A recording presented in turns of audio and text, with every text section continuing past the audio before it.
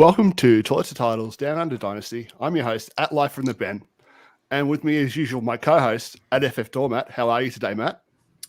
Pretty good, mate. Halfway through the season. Pretty excited to talk a bit of football with Coach, our special guest, and then with Matt, our extra special guest. Pretty exciting. How about you, mate? How's things? Yeah, really good. Just traveling nicely, enjoying the NFL season. And like you said, halfway through, and thought it'd be great to have at Coach Schepps on and at Matt Waldman on to talk some rookies and how they're going in comparison to, how we thought they would be. And yeah, just feel really, really, really lucky to have both these guys on. Thank you so much for joining the show. John, how are you, sir? I'm doing wonderfully well. Wonderfully well in honor of my man, FF Doormat down there, Matt. I'm feeling good, man. I'm happy to be here. I'm happy to talk rookies. I'm happy that the Cowboys aren't doing so bad that I'm already deeply dove into the rookie class. So I'm not so far looking forward to next year. I'm enjoying this year, and I'm ready to talk about this year's class. And Matt Waldman of mattwaldman.com, Matt Waldman RSP, Rookie Scouting Portfolio. Sir, thank you so much for joining. It's a real honor to have you on here. Hey, it's a pleasure. Thanks so much for having me. Looking forward to us having to get to talk a little bit about these rookies. Yeah. So, look, don't want to take up too much time, so let's just jump right into it. So we're going to start just with the quarterbacks. And so, Matt, which quarterback has impressed you the most? And who surprised you the most, good or bad, in regards to their NFL play to date? Looking at this class, it certainly was a heralded one. So I'd say the one that's impressed me the most is still Trevor Lawrence. I think that you look at his game, and while a lot of people will be down on him on the surface because he's not putting up production commensurate with a top fantasy quarterback in year one, which we'll get into that in a little bit. But certainly he's performed well enough considering that he's, with a coach who may be in a little over his head as an NFL coach. College quarterbacks moving to the NFL tend to be, that's an adjustment period at the very least. And Urban Meyer certainly compounded some of the issues that he already had with some of his off-field behavior and how that's impacted the way, his team may regard him. So, I think that Lawrence has shown some skills in the pocket. The arm talent has always been good for him. I think he's made some very nice throws and done a good job, in terms of some of the reads that he's made over the course of the season. It's just a matter of that with quarterbacks, as we'll talk about, it's an up and down process. And I think that, a lot of our community, and it's not even just the fantasy community, it's NFL fans they're almost brainwashed into thinking that a quarterback must succeed in his first year and deliver top end production in order to meet the expectations for them.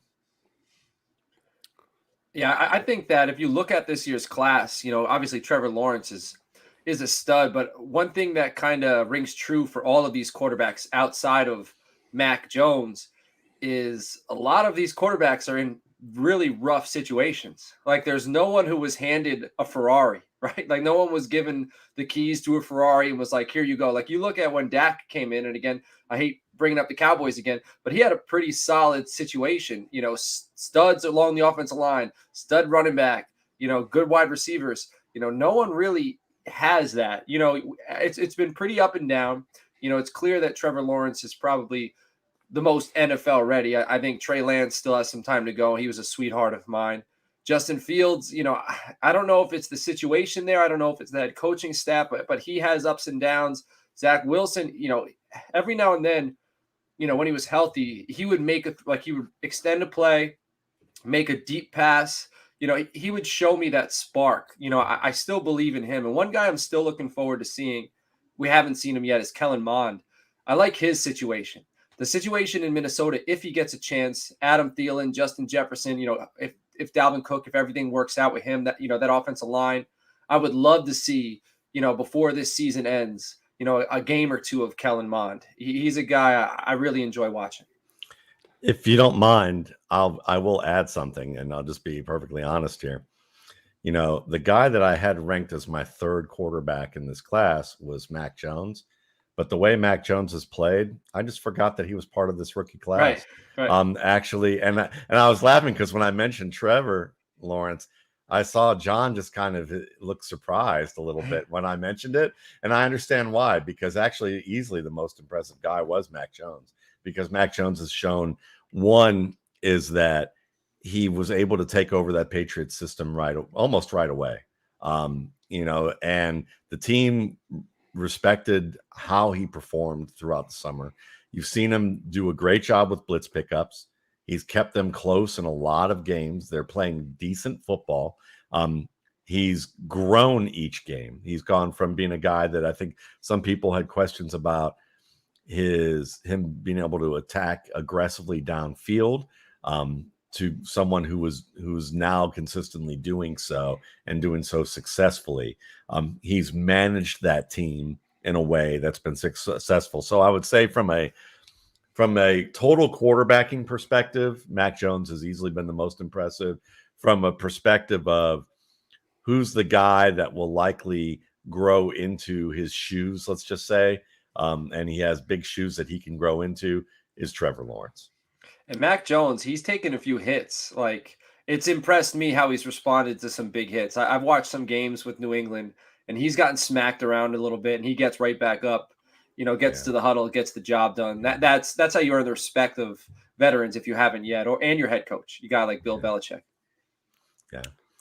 I mean, Mac, another one. I mean, when you talk about Justin Fields, the other thing that I would bring up with Justin Fields is that I think it is a product of the coaching staff. I mean, Matt Nagy was someone there are coaches who are system coaches. So they believe so much in the methodology that they're going to use, the scheme that they have, that they tend not to fit the player's talents to their scheme. They force the player to basically fit into that, as opposed to fitting the scheme around the player.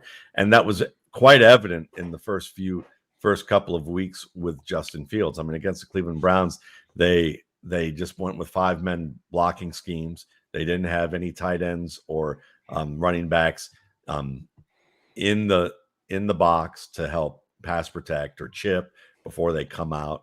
A lot of the routes that they ran, they were very predictable types of things that they've been doing all along. They weren't doing any design runs. I mean, the Bears, even into the 49ers game, ran the least design runs of pretty much any team in the league. And they have one of the most mobile young quarterbacks in the league.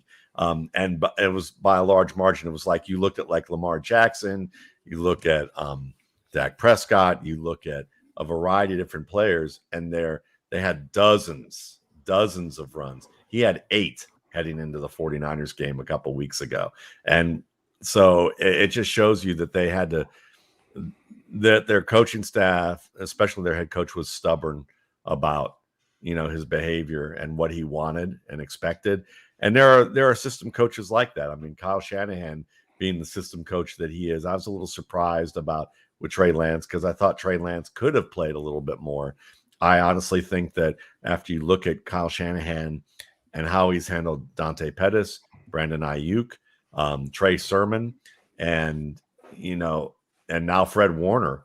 Now we're seeing like how they've talked about it, that really this is a coach who really got a head coaching job on the merits of being an offensive mind. And, if we use the grocery analogy that Bill Parcells used, about how he wanted to shop for the groceries way back in the day if he was going to be asked to cook the food. Kyle Shanahan is a sous chef. You just need him to cook the food. Don't let him run the kitchen, because he's someone that will look at he'll probably look at a carrot and see that there's a little bit of a bruise on it. And instead of cutting off part of the carrot, he'll want to throw away like the entire bag. And I think that there's something to that with him more and more, that we look at it. So I'm a little surprised at the handling, especially with Garoppolo, who I just don't think is, what you have in him. And this team is not in a competitive situation. I would say give Lance some experience, or let him play a little bit. So yeah, from those perspectives, Zach Wilson doesn't surprise me at all. I think that's pretty much, that one was I think that's a guy that people look at quarterbacks and say they see the flash, and if we're going to continue with food analogies, I've written about him and said he's basically from a evaluation perspective, he's all icing and no cake. And so people love you see the deep throws, the off platform plays, the back shoulder stuff, the off script work, and that's great. But can he throw accurately from the pocket? Can he set his feet and do the things we play in and play out? That he's managed the situations as well as he should? The answers have been no when he was at BYU, and they continue to be, just like Drew Lock, just like Jordan Love. These are all guys that people said, oh, they can do things like Patrick Mahomes and Lamar Jackson, two guys we doubted and didn't think would be good because we don't watch the position at a certain way. And now as a result of that, now they see that and go, well, we can have a little bit of that now that it's proven that it can work. We can do that, but they're still evaluating it the wrong way because those guys actually had more substance. Yeah, I like that. And now I like the all icing and no cake. Very good. You got to feel for the Jets fans, right, guys? It's I hope he turns it around, but that franchise needs a bit of good news. And Mike White looks decent. I liked him coming out. Behind Gardner Minshew. He replaced him with no problem. That guy and Dallas drafted him. So I was watching him, I think 2 years ago.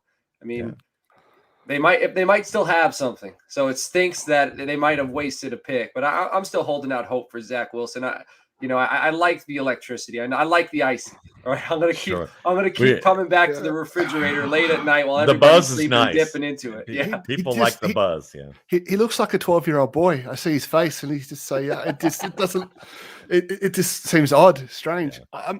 I really loved both Trevor Lawrence and Justin Fields when they came out, but I'm just really worried about Urban Meyer and Matt Nagy. Do you think they're going to be impediments long-term to those guys' success? No, because I don't think they'll be there long-term.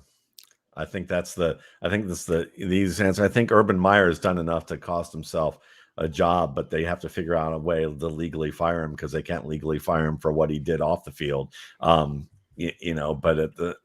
I think that this team has trouble probably respecting what he's done. And then with Nagy, the bigger problem is that their ownership basically has installed a guy in their Ryan Pace, and then with their executive leadership that has placed revenue above quality of team.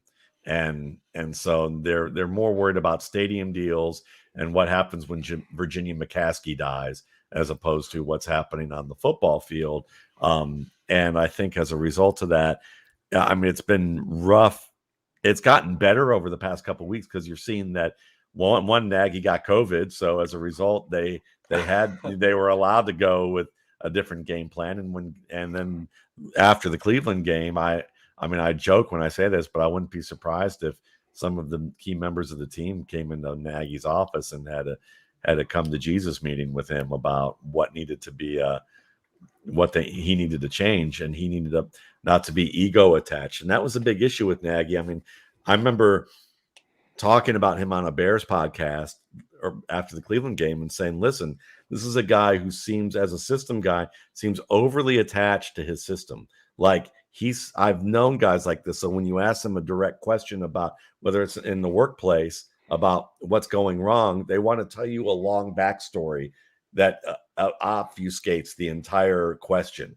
And that's what he did. And then when you go, and then that week they showed a picture of him at home, or someone showed a picture on Twitter of something that he had done in the past. And he had a basement and he was eating with his kids, and all over the walls of his basement were all his play sheets. So this is a guy who's basically so proud of his play sheets that he used them as a decorative thing on the walls of his house. I'm sure his wife loves that. Yeah. And so, it may have been his man cave, so to speak, but it whether it's true or not, it adds to the idea that this is someone who's ego attached to what he does as opposed to trying to win. And I think that he's going to have to learn. And I don't think either of them, I think both of them will end up fired, and whoever they replace will be people who are installed to work with what both quarterbacks do best. Lincoln Riley. I've been saying it in the Toilets and Titles chat. I'd love to see Justin Fields and Lincoln Riley. There was buzz about him coming to the NFL last year. I don't know if that's still alive. Chicago, it'd be a little different than being out there in Oklahoma, but I'd enjoy seeing that. Yeah, I don't believe Nagy even called plays in Kansas City, right? It was still Andy Reid the whole time. Yeah. And this will be the second consecutive year now that Laser's taken over and the offense has seen improvement after Laser's taken the play calling duties. So what's the role of the guy who runs around maybe on the field to retrieve the ball in Australian rules football? The umpire. That's just the umpire. Well, we need a less glorified name for what Matt Nagy was to Andy Reid as a coach there, because I think he was like a lot of teams. It was by association. You're associated with a winner. All right, we want some of that winner here. Forget the fact whether you delegate well, whether you work with people well, whether Matt you Patricia. Actually have all of those things. Yeah, exactly. Yeah. And over and over and over again. I mean, Brian Billick, even though they won a championship way back in the day with the Ravens, he was supposed to be an offensive mastermind. And did the Ravens offense, was Ravens and offense ever synonymous? Just Jamal Lewis. Brian Billick was there, Jamal Lewis. That's it. Trent Dilfer, that was that era, and he came from the Vikings with Dante Culpepper, Randy Moss, Jake Reed and Chris Carter. And they thought somehow without those players, he would recreate that magic. And as we're seeing with Shanahan, just because you are an offensive mastermind doesn't necessarily mean that you're going to be a great head coach, because he certainly hasn't. I mean, he got to the Super Bowl, but I wouldn't say he's blown the doors off as a head coach. He's definitely had lots of ups and downs, and tends to really fall in love with players and then quickly out of love with those same players. Yeah, and he doesn't use them the way that they're capable of being. So it's a fascinating situation. A player I really liked coming out in this draft was Trey Sermon. I had him as my top running back in this class in terms of overall talent. I mean, certainly Najee Harris is up there. Michael Carter was up there. But when you look at what happened, it surprised everybody, and when you look at Elijah Mitchell has speed. But when you look back on it, it's funny, because when I first wrote about Trey Sermon in the rookie scouting portfolio in April, in the pre-draft version of that, I had said the worst possible landing spot was San Francisco. But then after the draft, I got excited about it because I looked at the contracts of all the players that were on the depth chart. They were all leaving within a year. They traded up to get Sermon, and I thought, maybe when Kyle Shanahan wanted Tevin Coleman, who I didn't think was a very strong early pick as a running back, maybe when they had him, they realized that he wasn't the best back for Atlanta, so that they adjusted and went more to a different type of scheme. They wanted to run an outside zone scheme with Coleman. That it didn't work. So then they ran gap plays with him, but as a complement, while they used Devonta Freeman. And then, so I thought maybe he had learned something from that and shown the ability to adjust, when in fact, what that was, when you look at it in hindsight, is that he probably wanted to ramrod Tevin Coleman in Atlanta's offense. Atlanta said, listen, we gave him a chance per your desire here, but the best back is Devonta Freeman. Make it work with Freeman. You can put Coleman in as a complement. We can use him as a speed guy. And then he brought Coleman in as a high-priced free agent along with Jerick McKinnon, two incomplete speed backs, and neither of them worked out. So you can see that in hindsight, you look at this and you realize that Shanahan has, he looks at speed. He has great fullback, great tight end. They both are excellent at being able to block the edge, and you can basically simulate open field runs at the edge with a fast back, and they're getting the most out of Mitchell. And Mitchell's not playing bad. It's just he's not as versatile as what Sermon could be. But, the way you hear them talk about it, they say Sermon has lots of issues and that the more talented back is Elijah Mitchell. But that's code for, we watch practice and we like the guy who's fast. Because if you ever watch running back practices, especially in pre-draft type of events or any type of practice situation, you wouldn't. There's very little you're going to gain out of what a running back does in a practice environment, especially when there's no tackling. It's such a strange situation because they spent real draft capital on Sermon, and he's a talented running back.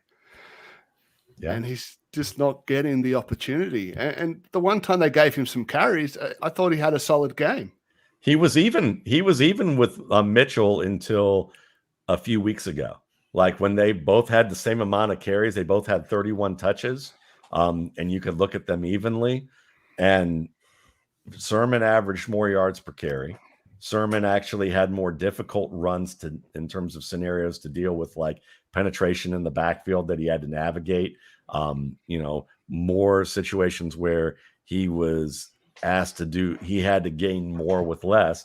And Mitchell had bigger gains, like bigger long gains than him, but he also had a lot of plays that he just failed at. But if you'd hear people talk about it based on the box score, and you would think that, Trey Sermon doesn't know how to handle a football, and Elijah Mitchell is the next coming of Adrian Peterson. Mitchell's yards after contact are impressive. I mean, I understand that the system, he fits it well, but he is, getting it done. I do think Trey Sermon could get it done as well, but I do like Elijah Mitchell. I don't think he's, at the caliber of Sermon coming out, but his film, I think it was Louisiana Lafayette.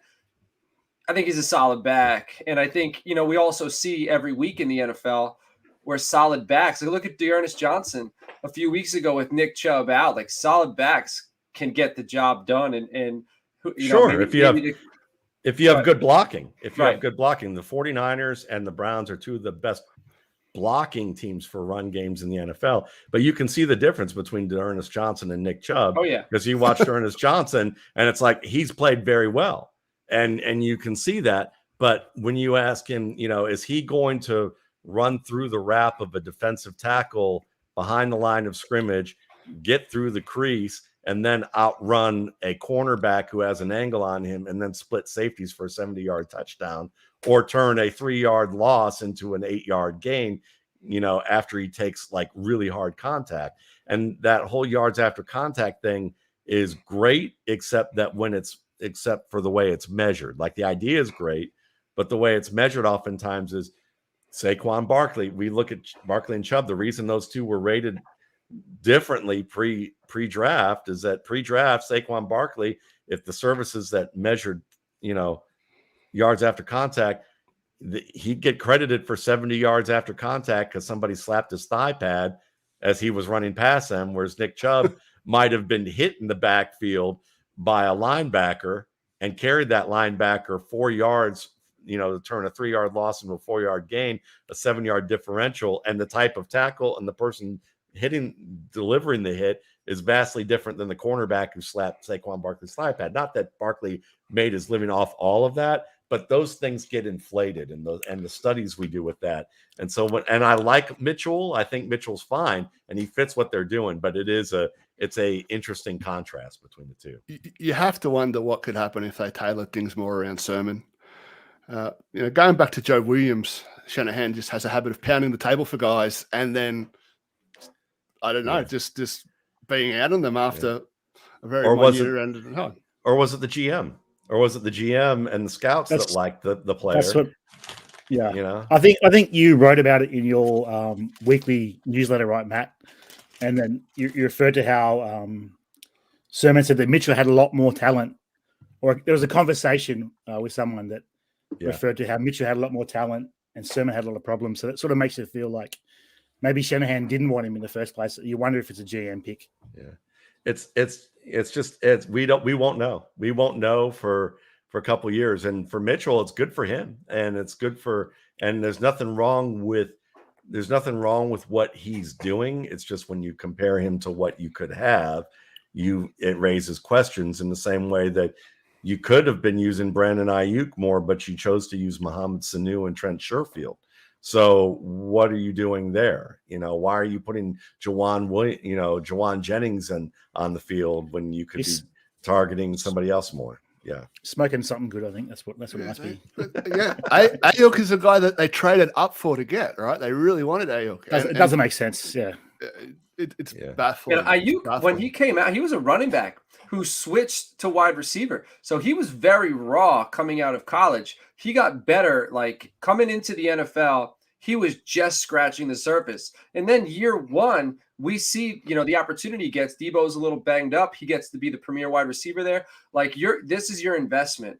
And you're putting time into your investment, and he's growing. And now he's starting to break out, and you're taking that away. That just as from a planning point of view, that just makes no sense. This kid is on the verge of, becoming that wide receiver you want him to be, and you kind of slow it down. It just doesn't make sense. Yeah, I mean, Jay Moyer and I had this conversation about this whole topic with Shanahan on my podcast about a month ago, and Jay brought up a terrific point, which was that because of these guys being system coaches, sometimes you can have a expectation for what you want your players to do within that system that is higher than it should be. And when you talk about Ayuk, Ayuk and Pettis were both guys that they wanted them to be able to play all three positions. They traded up to get Pettis because they said he could play all three positions. But then it became doesn't work hard enough. And when a coach labels someone not a hard worker, that's going to stick wherever he goes. Even though Pettis goes to New York, and when he gets on the field, he actually produces reasonably well, and then gets it hurt, But the thing is that sticks with you. And so when you look at this, Shanahan probably wants his receivers to play all three positions. And as John said, with Ayuk being, new to the position, he probably couldn't do that. And when they say we're holding him to a higher standard because we think he can be really good, just in the same way Shanahan literally said the summer that he was doghousing Pettis, that Pettis could be as good as any receiver in the league, had as much talent to be one of the best receivers in the league. He literally said that summer. And so the thing is that I think for him, he's like, I want my receivers to play all three positions. Therefore, if they can't do it, they're disappointing, and I'm going to discipline them in a sense for that. And I'm going to put in a player like Mohamed Sanu who can play all three positions, but is he really going to help us win in a game? And I asked Jay, I was like, well, is that about, holding players accountable and making sure that the locker room isn't split on some issue or anything like that? And his response was no. His response was like, players just want to win, and they know who's the most talented guys are. And if they're not playing, they're going to wonder why. There's lots of great wide receivers throughout the history of the NFL who probably couldn't play all three positions. Hall of Famers. Yeah. Right. Well, it's the difference between a jack of all trades, master of none, and a guy who excel. It's what would you rather have? Yeah. Which one shows off your system better? The player with the immense talent, or the player who can do everything you ask? And what also feeds the ego? What feeds the ego? Right. When a guy who has immense talent, carries you to a win, or a guy who's just an average guy gets the win because your system's helping him get there. That feeds the ego. There's some ego involved there. And who carried the 49ers offense to the Super Bowl? I would argue mid-season on it was Emmanuel Sanders. And it wasn't because he was statistically great, but it was that he could play every position, but he could run every route well, and he was a high-end talent. And they chose not to re-sign him. And he wound up in New Orleans with Drew Brees in the last stages of his career, who couldn't throw the ball downfield. And this year, Emmanuel Sanders is lighting it up in Buffalo and playing great football, even at his older age. You know what that says? Pittsburgh knows how to draft wide receivers. They do. You want a wide receiver, go get the guy that Pittsburgh's targeting. But I mean, the best coaches will take a guy, even if he only does one thing well, they'll put him in that position to do that thing well. I mean, Bill Belichick has done that over and over again. Bill Parcells did it. You look at you. It's one of those things that you either have a system specifically that you want to run, and you identify the talent that's going to be able to manage that system at a high level. Bill Walsh is an example of a system guy, but he also understood talent in a way that a lot of people don't. People were talking about Eddie Brown way back in the day, who was a great football player out of Michigan. I believe that was the Eddie Brown that they're talking about, who, everyone thought would be the first pick. and they went with Jerry Rice, who out of Mississippi Valley State. And he said, Jerry Rice, well, he doesn't run fast enough. And he said, well, what he does, his quickness in the first 10 yards fits what my offense does. And he's a terrific talent. He's just as good of a talent, just in a different way. And he understood how to leverage that talent. Same thing with Joe Montana. I mean, so there you have it. So Matt and John, what other rookie running backs have impressed you so far this year? Matt, I'll let you take this first. Okay. Well, I mean, Najee Harris has been impressive because Pittsburgh's offensive line is not very good. And I didn't think going into that they were going to be, very strong, but he's looked great in terms of his ability to earn yardage in tough situations. So I've been pleased with what I've seen from that. Michael Carter has looked good. I mean, you look at New York Jets line, and after their injury to Becton, he might as well have been dropping into into a herd of animals that were running wild, and him having to figure out how not to get trampled. And he's done a very good job on that. And I mean, we can mention Elijah Mitchell as obviously someone who we didn't expect to even get a shot in a lot of regards based on what was going on with the draft. And he's performed to expectation of what they need him to do. And he's got the speed. When you give him momentum downhill, he's got the power, and he fits the system very well. I like Khalil Herbert. Khalil Herbert, I think in Chicago, first off, he stepped in, he kind of fits the same mold as David Montgomery. Like, they're very similar backs, even the same build, same structure. They could do similar things, but, the defenses know that their offense is struggling, and they could focus in on the running back, which makes it even more impressive that he's getting it done. And you look at week 7 against the Buccaneers. The Buccaneers, like on my starts and sits article every week, I can just circle the back who's facing the Buccaneers for my sit every single week. I did it to Herbert because I started him the week before against the Packers. He did very well. The next week I was like, hey, I got to sit the guy. 18 carries for 100 yards, 5.6 yards per carry against the Buccaneers. Last week they faced the Steelers. He only got 4 attempts. I get it. It's David Montgomery's offense, but given his draft capital, he did what he was asked to do, and he did it very well. So I'm impressed with him. A guy who I'm a little disappointed in, I know that wasn't the question, but I was expecting Larry Roundtree to come in with the Chargers and step in as the backup to Austin Eckler. I think there's a bunch of guys there in LA behind Austin Eckler.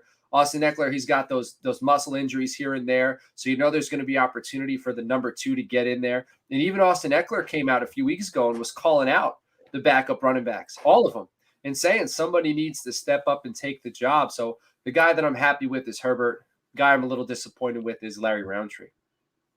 Yeah. I'll add that Jamar Jefferson's a guy you should keep an eye on with Jamal Williams out. Jefferson is a nice outside zone runner out of Oregon State who has the size. He has good speed, and he's someone that understands how to access creases in a scheme that that fits what he does reasonably well. And he didn't look too bad a couple weeks ago. Man, I had him high on my rankings pre-draft, very high. His film was hard to find. For me, I don't know if what we all use, but I just use YouTube. I could probably find 3 or 4 games of his, and the games that I found, he was electrifying.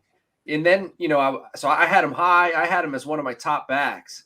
And then the NFL didn't seem to be too high on him. And I was thinking, made me second guess, how I had him, mapped out in the grand scheme of things. But yeah, I like that name. His college film is great. He's, like you said, outside zone runner, very, very talented.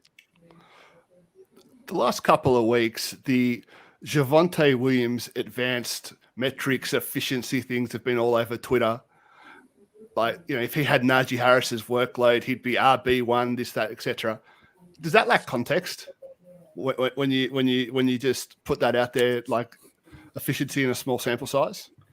I think it does, and I also think that I've heard. I think it was Doug Farrar who does fantastic work, but I think he compared him to Nick Chubb and Marshawn Lynch combined.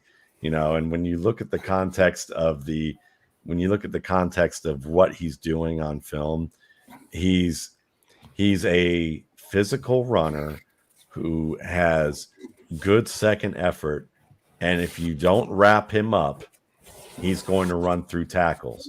And when you can get him into the secondary or get him into a crease where the guy on the other end is a safety or a cornerback wrapping him high, most people don't differentiate or look at the context of that. They just see a guy running through a tackle and continuing to run after 7 yards while he carries the guy downfield, and they go, "Oh my God, he's great!" And you don't think about the fact that what he did was good, but that's not great. That's just that's good, you know. And Javonte Williams is a good back, but I think the metrics kind of point to, again, you know, that's why, you know, with what I do, I try to look at when I track tackling data, is it a linebacker, is it a defensive lineman, or is it a defensive back? Is it a reach, a wrap, or a hit? I should probably go a step further and go, is it an upper body tackle attempt or a lower body tackle attempt? Because, you know, a safety wrapping you on the shoulders after you've been heading downfield 7 yards without being touched, that's a lesser tackle attempt than a defensive end hitting you in the, you know, hitting you in the knees, you know, before you've even gotten any momentum, and they have downhill momentum on you. You bounce off that, and that's great. You run through a high wrap by a safety or a cornerback, that's almost expected for a running back, given what some of the contexts are. So Williams has been good to me, but yeah, I think that's getting a little overboard with the hype. Yeah, I mean, being able to take a big workload is a talent itself. I Sure. think people underrate. Any thoughts on Kenneth Gainwell or Stevenson with the Patriots? I've liked what I've seen from Stevenson. I think that, again, he was another guy that I liked him and Herbert a lot coming out of school. But with Stevenson, the hype in the preseason was basically him running through an empty 6-lane highway to have a long touchdown run in a preseason game, and people were like freaking out over how good he was, and it's just like that's not going to tell you, you know. But on the field, since he's played, he's been impressive as a receiver. He's been able to beat linebackers and one-on-one and make tough catches. He's shown the willingness to be a big back in short area situations and short yardage situations. I liked him. Gainwell, I didn't understand the Gainwell love. I wanted to, but I didn't really get that. And I think he needs some sand in his pants. That's the thing. It's like, this is a guy who, you know, he took a year off, and he was 190 something pounds as a freshman. And to be a every down back, unless you are the exception to the rule, you need to be at least 210 pounds. I think, you know, you can have amazing speed and be 205 or less and get it done. But he didn't have amazing speed. And with a year off with training, probably, he didn't gain any weight. He was like still 195 or 193, I think, at the combine. And that said to me, this guy hasn't grown into his body yet at best, or he's never going to get bigger. And if he can't get bigger and stronger, then what's he going to do inside the, you know, between the tackles? He's a good receiving back he makes good decisions. He sees the field well. He can catch, but he doesn't have great speed, and he doesn't have great contact balance or power. And when the Eagles lost Miles Sanders, you saw what happened.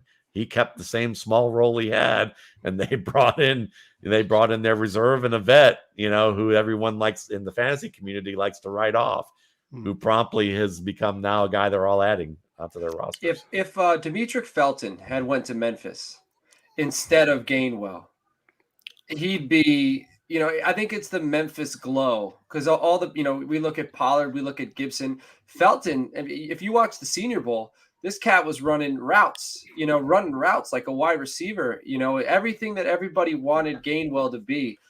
Cleveland has that. And they also have Kareem Hunt. They also have Nick Chubb. So he's buried on the depth chart over there. So I think it has to do with that Memphis glow. You know, there's just a mystique about the backs that have been coming out of that program for the last 5 or 6 years. People are very excited about them. And, you know, they really, you know, Pollard is playing well and Gibson's playing well, but I don't know if they've necessarily. And then even before that, who was the wide receiver? Darrell Henderson. Darrell Henderson, and then remember Anthony Miller? Yep. You know, he wasn't a running back, but he's still cut from the same cloth. Strong, stocky, short. Richie James. Quick. Richie James. There's all these athletes coming out of Memphis that people are fired up about, and they're really not living up to it. Yeah. Look, but before we just move on, talk about rookie wide receivers, I just want to let everybody know that Toilets and Titles have a Patreon now, and tier 1 is $3 per month. That gets you in the T2T team group chat. Tier 2 is $5 per month. That gets you early access to the waiver wire episodes. Justin's been killing it on those. Entry into our Frankenstein Listener League and in the team group chat. And then the tier 3 is $10 per month. It gets you all of the above, but it also gets you free entry into the Frankenstein Listener League when we do that next year, and one-on-one roster analysis with anybody in the Toilets and Titles family. So jump on that. Yeah. Good read, Benny. Nice work. Thanks, mate. Thanks. Now, onto the rookie wide receivers. Obviously, the story is Jamar Chase, I guess. I thought he'd be good. I didn't see this. Were you expecting this, Matt? This kind of production from Jamar Chase? Not year one. It was. Now, what I did have him listed at, he had the highest grade I've ever given a wide receiver in my publication. Damn. And it was a rare grade, someone who could change the fortunes of a team and be an immediate impact player.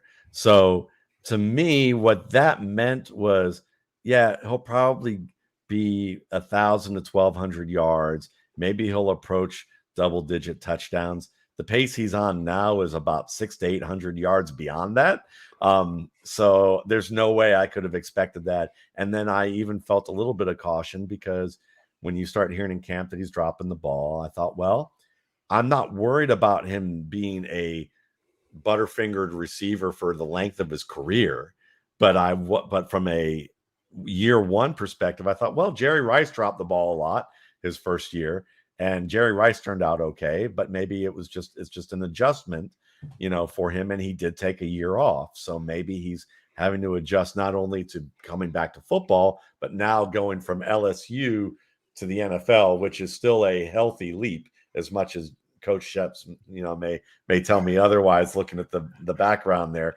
But it is a pretty healthy leap. And as a result of that, the fact that he was having those issues and then he comes out like he has, yeah, I don't see. You could say he's played way above high expectations, which is like fantastic. John? Jamar Chase, I think you touched on everything there.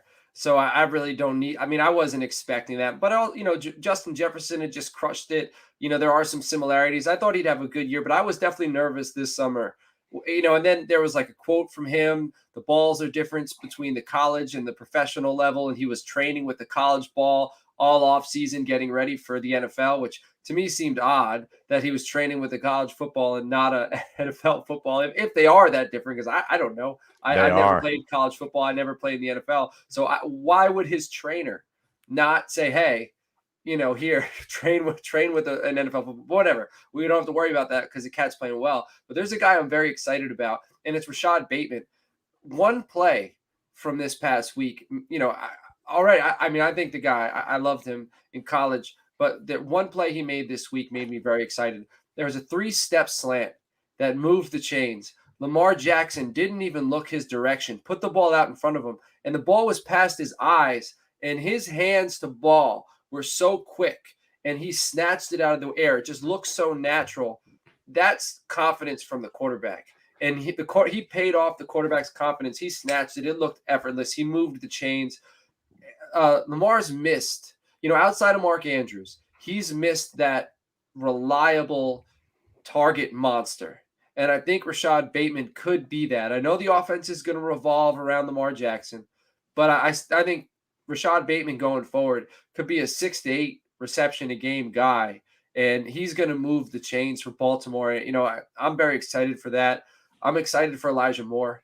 There's so many guys in this class that have potential. Terrace Marshall, Rondale Moore, who early he came out the gate hot and he's since slowed down. But there was so much talent in this draft class. Jalen Waddle's coming on. Devontae Smith had a big week.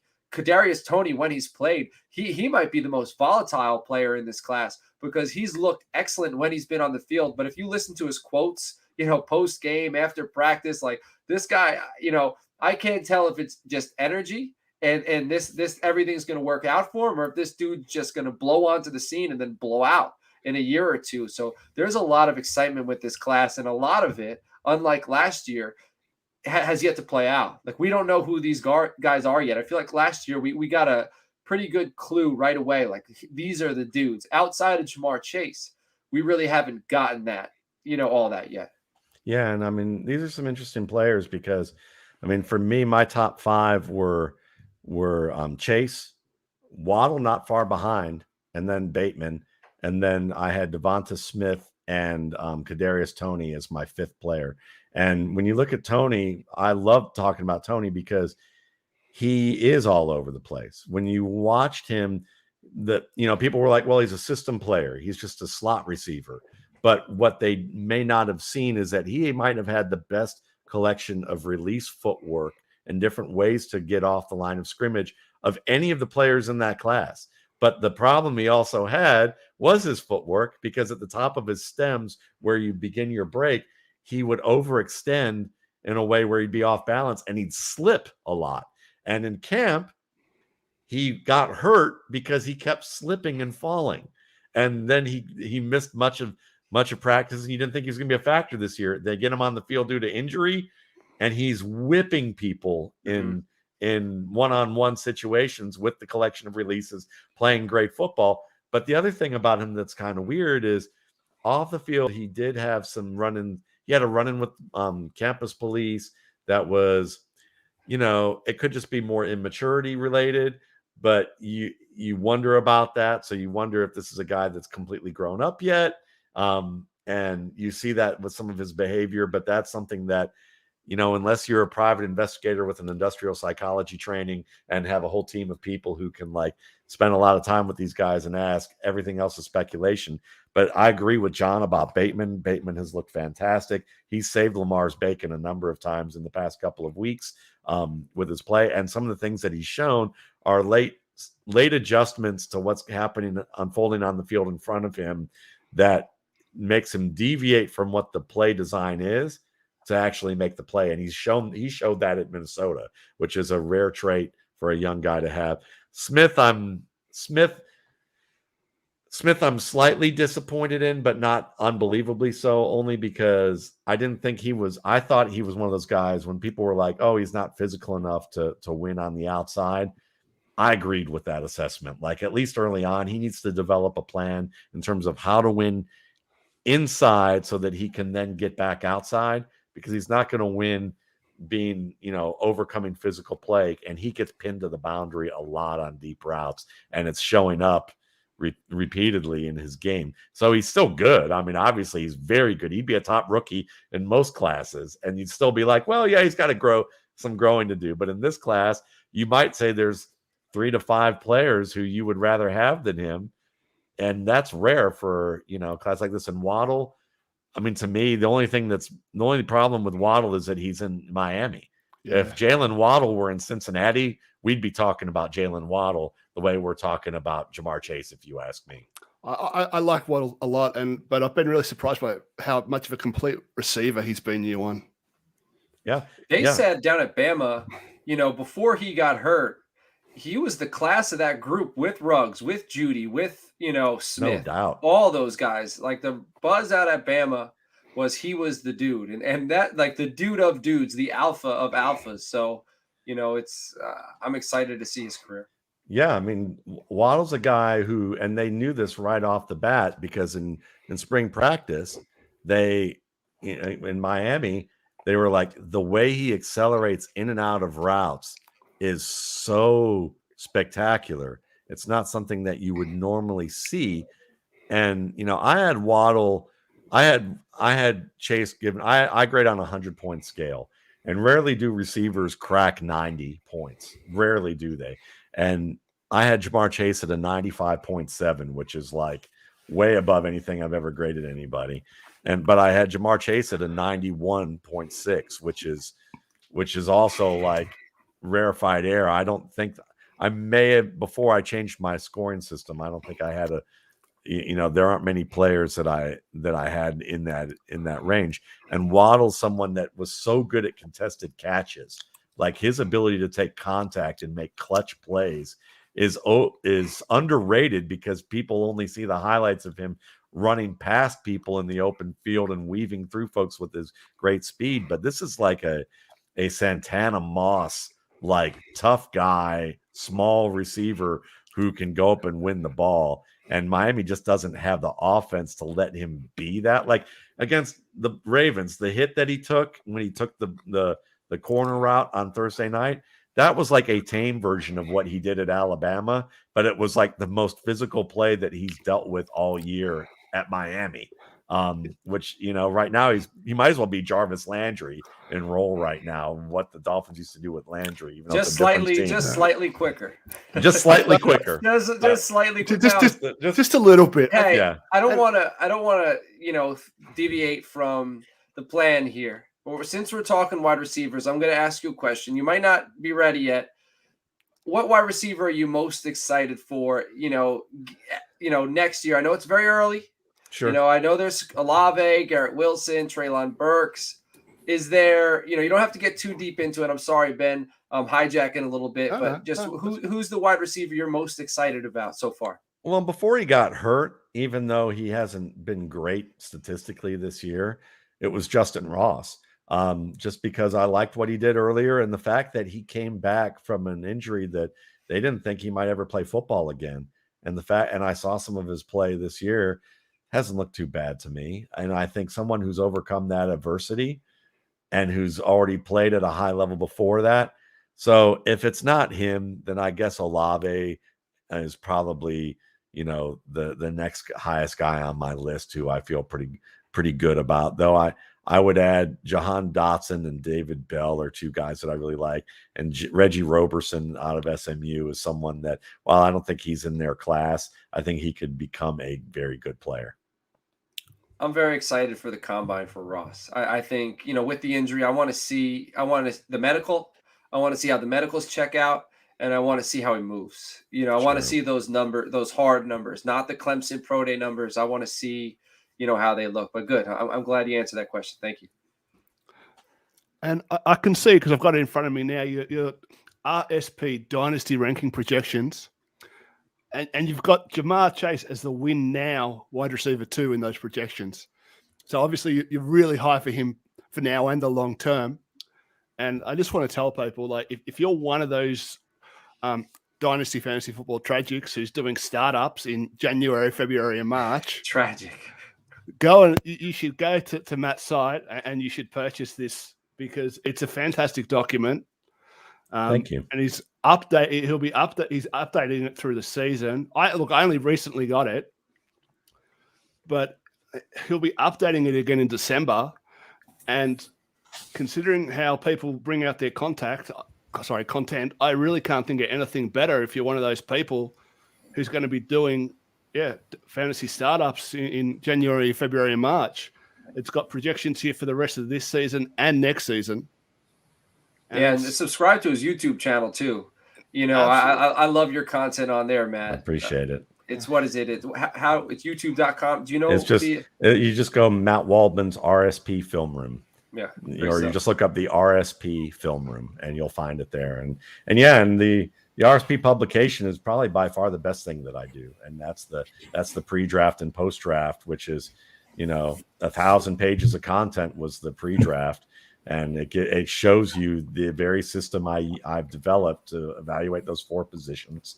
I define everything. If you had the time and had the insanity and decided that you wanted to do it yourself, you could literally use that as your scouting methodology to watch players. And I continue to improve it every year. I've been doing it for 17 years, and it's gotten more in depth, and I've used, the advice I've gotten either from scouts or my own reading of, coaches and their work and studying the game up close and learning how to define things in a way So, I mean, wide receivers used to be an up and down position for me, and while it still is not an easy position, I would say, in the past few years, I've been able to hit on guys like AJ Brown, Justin Jefferson as guys who were going to be immediate impact players, even though people didn't like the fit and didn't like the system. So, I try and work on it and get better with each year with how that goes. And that and the dynasty rankings go well hand in hand. I think there's a little gems too in that RSP, right? There's a trade advice too, how you can trade quarterbacks, what your outlook is for each class. It's not just a player ratings thing. It is a real sort of a deep dive, and you can go off on many tangents on James Brown and all sorts of, Mike Dichter's rookie record. It's a really loaded with little treasures. See, if you like James Brown, we're in good company right there. See, there you go. That's the next hour. You guys will stay on and talk James Brown. I think there was an analogy, Kenny G versus James Brown, when you're discussing some player. I can't remember who it was now, but Drew Lock. Yeah, Drew Lock versus with Kenny G versus a jazz musician by the name of Kenny Garrett, and it was like basically saying that they were comparing to Patrick Mahomes, and it was like comparing a pop musician who plays very basic but very stylized stuff versus someone who like has a very, very deep and extensive knowledge of the idiom, and but people were comparing them on the same level, and that was kind of what I was getting at with that. Yeah. Well, I'll move it along because I promise you guys we wouldn't be much longer than an hour, and don't want to take up too much of your time. So how valuable is Kyle Pitts in Dynasty, given that he's basically come out, he's looking on track for about 1,200 yards. So you can have a Travis Kelce-like advantage for the next 10 years. How much value is there in that? What do you think, Coach? Man, I don't know. So I'm a Dynasty player who doesn't really – I never pay up for tight ends, but Kyle Pitts is a dude. If he keeps the tight end designation, he is very valuable, right? Because he's, especially now with Kittle banged up, it's almost like he's ascended to top two.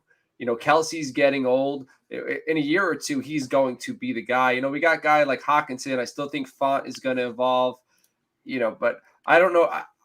In numbers, I don't know how to base it on picks because, again, I don't really pay up for tight ends. But if you're somebody who you could slot him in there for 10 years and that's going to give you advantage. So I think he's the real deal. The big, the other question, I don't know how long Matt Ryan's going to be there. I don't know who the successor to Matt Ryan's going to be. So that's going to affect him.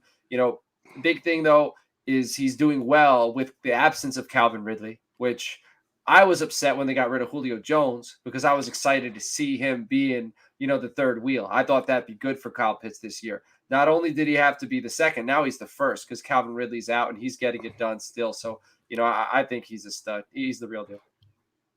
I think to be, for him to be Travis Kelce, we're going to think of him as a guy who would have to be on pace for like a 1,200, 1,300 yard season overall.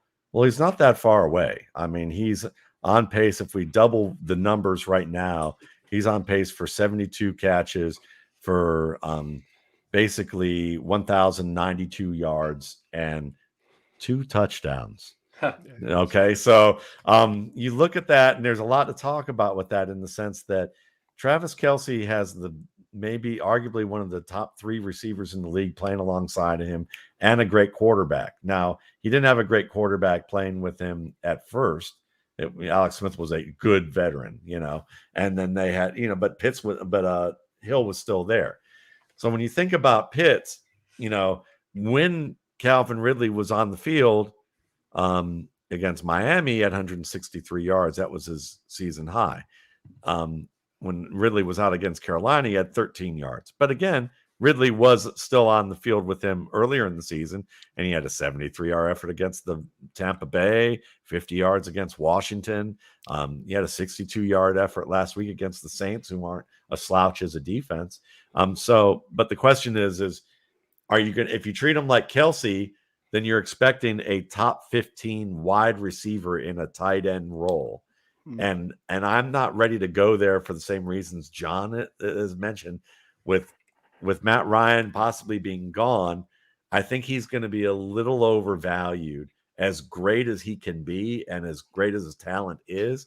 So he's a guy that if I could, I would, he's a guy that I would rather pay the premium knowing once what his quarterback is and get him then. And feel good about, like, yeah, maybe you could get him that if you want to be a risk taker and say, I'll pay a first round pick for him and maybe a first and a second round pick and maybe a first round pick and an established player for him.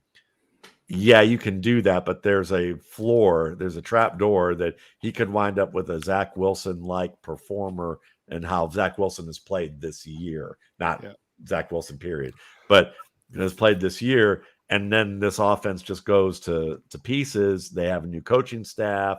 Things happen where they just get rotated in and out. And he's always an 800 to 1,000 yard receiver, which is very good, but he's not top 3 every year. And especially with lack of touchdowns. Now, Matt Ryan, as good of a quarterback as he is actually has always struggled as a red zone quarterback. So he might even improve if they find the right quarterback for him in line, because you see Julio Jones, and Julio Jones had low red zone numbers as well. The only guy he ever clicked in the red zone with was Tony Gonzalez, when you actually look at like production from there. But, from that standpoint, I'd rather pay that extra that extra first round pick like a year or two from now when we know who the quarterback is, and deal with that then and say, that's fine. I didn't get the best deal, but I'm paying for the premium. And then he can be that anchor for me in a PPR league, if you're in a 1.5 PPR situation. Do we think, and this is maybe a bit crazy, do we think there's any potential for him to lose that tight end designation? Because if I'm him and the way Falcons are using me, I want to be a wide receiver because I want to get paid like a wide receiver when my contract's up, and I want to get franchised as a wide receiver, not a tight end. Yeah. We've never seen it happen, but I think if it's going to happen, it's going to happen with him. Yeah. 100%. I don't know who else. I know there's been players who've tried to change their designation, especially around being franchise tagged. I can't think of the players off the top of my head. Jimmy Graham. Okay. So, but he's clearly, that was in the back of my head too when I'm discussing Kyle Pitts. If you're trading for him to be your start tight end, I wouldn't be surprised if a year or two from now, his designated position changes on whatever site or app you're using for fantasy football. He might, be careful because he's still going to be a probably very good wide receiver, but numbers will look different when it's compared to wide receiver, when it's compared to tight ends. You might be drafting low-end Calvin Johnson as opposed to high-end Travis Kelce. Right. Exactly. If I'm him and I'm his agent, that's probably the move I'm looking to make. Right. Yeah. Right. And the last question that we had up here for today, is the fantasy football community too hard on Devy quarterback prospects? And this was Matt FF Doormat's question. And I think he's really referring to, DJ Uiagalelei last year comes out, balls out, everybody's super high on him, and then this season it's just not startups. In startup touring, he was going super early over more established. What about Spencer? What about Rattler? Spencer Rattler as well. Exactly. Every throw, people are just. We have a bet, Matt. Me and FF Doormat, we got a bet from earlier this summer. I said Spencer Rattler will never be a top 10 quarterback in the NFL. And you jumped all over that one, and I'm feeling pretty good about that right now. Even CJ Stroud starts off the season slowly, misses that game due to injury, and then comes back and balls out. And just you see how the opinions just up and down really rapidly. That's a great question, and I think they are probably too hard on him. It's mainly, I think it's maybe a nuanced way of answering that. Maybe they're not necessarily too hard on him. They are too reactive to players who are growing. Yes, and so when they see someone play great, he's played great football. I mean, a perfect example of this is, and it's a different position example, but it highlights this very well, is Adrian Peterson, who I joke is fantasy Santa Claus, who I didn't think there was any such thing until I saw him come back from his knee injury and rush for over 2,000 yards. Yeah. But, he comes and plays, and you look at the box score, you watch the tape, and even Chris Collinsworth of Pro Football Focus is like, Jeremy McNichols looks like the most impressive back on the field. And I'm watching this and I'm thinking, no, he doesn't. Jeremy McNichols is the back who got the biggest gain on the easiest block play in a situation where they ran a nickel defense with 2 minutes left in the half, in a situation where the defense was like, we're going to allow the run before we allow someone to throw the ball behind us. So therefore he got as close to giving away yardage as a defense will get. And he had a couple of runs like that. But when he was asked to run inside, he didn't have to do much, and he didn't do much with what he had to do. And then you look at Adrian Peterson, and the first play, Aaron Donald is in his lap as he takes the football, and he still manages to spin away from Aaron Donald, who might be the quickest human being for his size on the planet. 36-year-old Adrian Peterson, spins away from him and still gains 3 yards when there's 2 points of penetration in the backfield. But people don't look at those things. So when they look at the Devy community of players, they see long bombs or big stats, or they hear broadcast commentators hype up the players because, again, watch our game, see this matchup. This guy's incredible. You don't want to miss this on your day off on Saturday afternoon, so that you can make sure that you sit there in that chair, watch all this stuff, and Doritos keeps paying us, and the car commercials keep paying us, and the liquor commercials keep paying us, because we want you sitting down, eating, drinking, and then, once you sober up, maybe driving somewhere, after the game or to the game in your truck.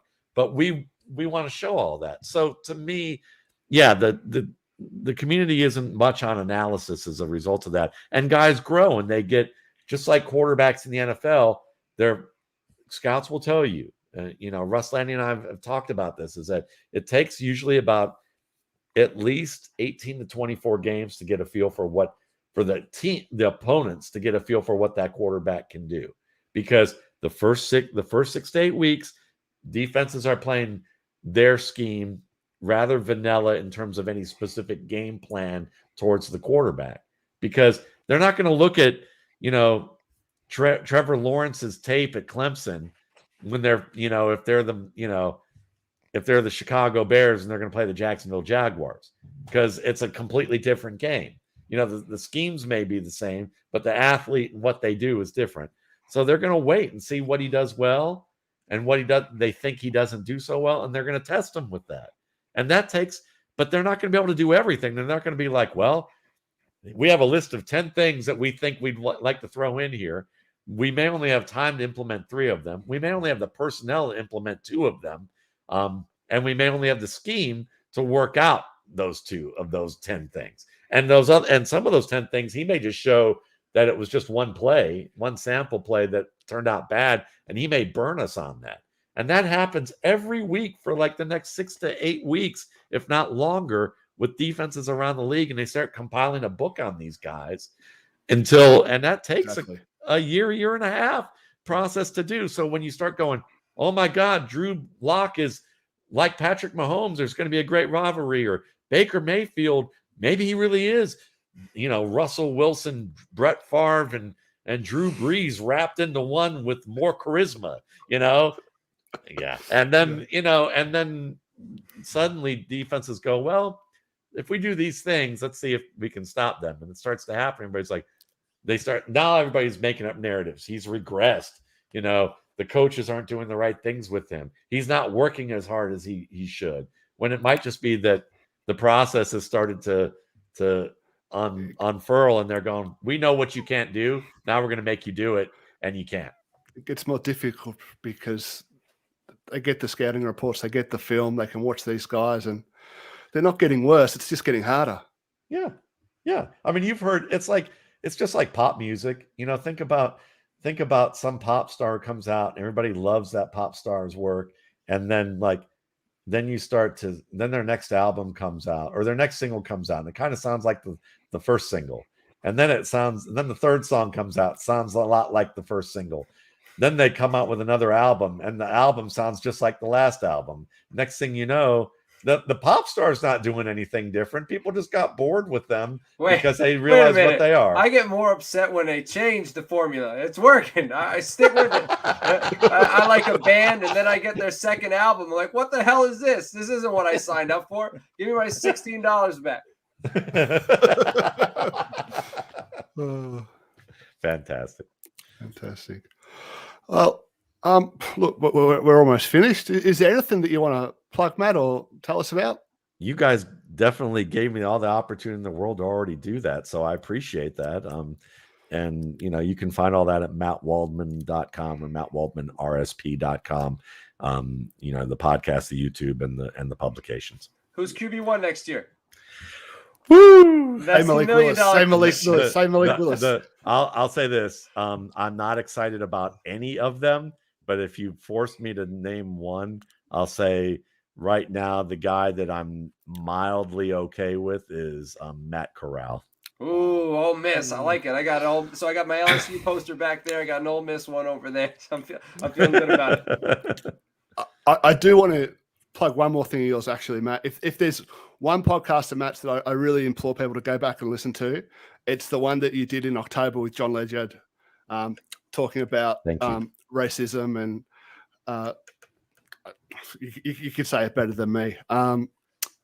Just how, I guess, to be properly a champion of in that space, an advocate, etc., and just the process of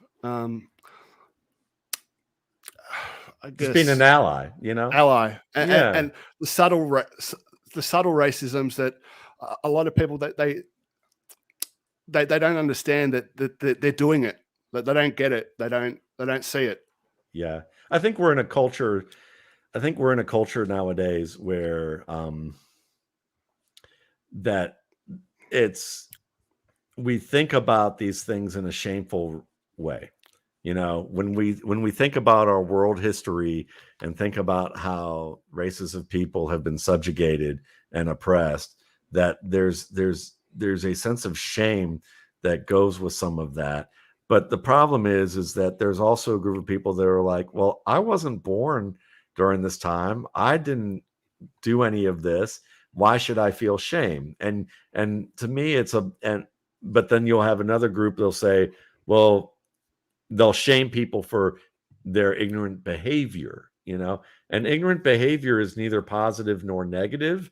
It's just lack of knowing, and sometimes you may not have had the information. You may have not had the environment or the background. So what John and I talk about is our learning experiences, what we were taught, either directly, indirectly, intentionally, unintentionally, and how we continue to grow as human beings through that, and about how that, as allies, it's not just about people who were like, at one time, maybe they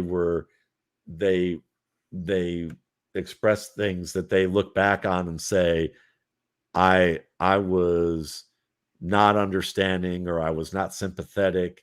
And even some people to the extreme of that I was that I disliked people of a race. It's not even about any of that. It's often as much about people who say, I am an ally. I am I'm the person who goes on Twitter or social media or goes to protests or advocates voting for certain politics or things like that, because I want to be a champion of advancing a cause, who can also make ignorant assumptions or have ignorant biases, so that they come, as a result, they unintentionally come across as, I'm the only one with the answers, and the people who are oppressed or who have there's more opportunities for them to get a fair shake. I'm the one wanting to dictate what should be done, without ever having gotten to understand what is wanted, what is needed, how getting input from the very people themselves. And so a lot of it is about, our conversation is about how to be an ally in that respect, as opposed to a savior, because we do have, we often focus on, in America, we have the conservatives who tend to be branded by the liberals as racist. And then you have the liberals who tend to be, if you ask me, if you look at it in the middle, they sometimes need to be criticized a little bit more as trying to be saviors and not realizing that they're being shaming saviors. And not all of them, not on either side. There are reasonable people. There are millions and millions of reasonable people on both sides of the political spectrum. But where that falls, that can be a problematic as a societal thing. Yeah, it's a really great podcast. And I really look forward to part 2. What is that dropping soon? Just the part 2 of that? Oh yeah, part 2. Yeah, eventually. Well, in the coming months, John and I haven't gotten together yet to plan a time, but we will definitely be doing one within the next 3 to 4 months, I'm sure. Awesome.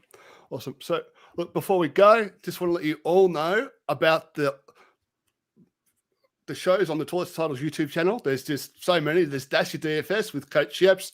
There's, of course, the main show, the Toilets to Titles podcast with John, Justin, Nate, Coach. How many other shows are there? There's just so many. We got Toilets to Titles on Tuesdays. On Wednesdays, we have Joe Knows, who's recapping last week's matchups. And then we have Dollars to Deuces after that, which is our gambling show.